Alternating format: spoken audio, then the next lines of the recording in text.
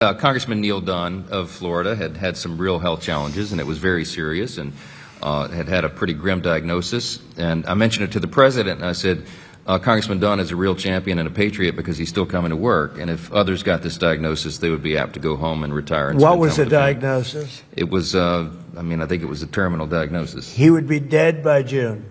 Okay, that wasn't public, but yeah, okay, that's it was grim. That's what I was going to say. I don't think with a heart problem, by the way. This was a heart problem. Right. So, long story short, the president called him to encourage him and thank him, and they had a conversation. And the president mentioned in the course of the conversation, you know how to get my doctors involved, and they did. And within a number of hours, they took him to Walter Reed Emergency Surgery. The man has a new lease on life. He acts like he's 30 years younger, and he walked into the conference meeting, and we thought we'd seen a ghost. And I spoke with him over the weekend, and he's encouraged and thankful, and he thanks the president for his leadership and intervention. And thank you. Thank you.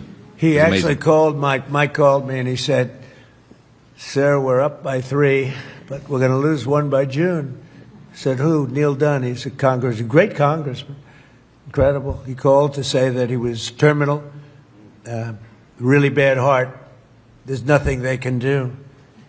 I said, that's bad. Number 1, it was bad because I liked him. Number 2, it was bad because I needed his vote.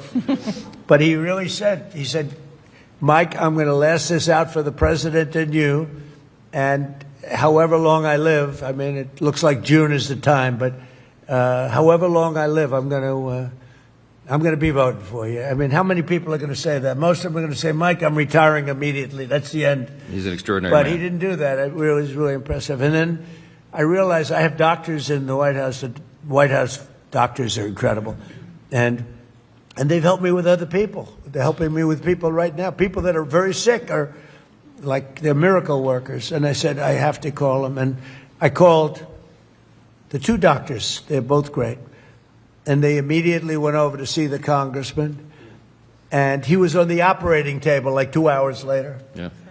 And it was a long operation. They gave him more stents and more everything that you could have. I think he's got everything that you could possibly have. And they called up. They said, sir, I think he'll be fine. I said, you got to be kidding. He said, I think he'll be fine. And Mike was telling me the story that the other day he came into a meeting for the first time in a long while. Go ahead. Well, it was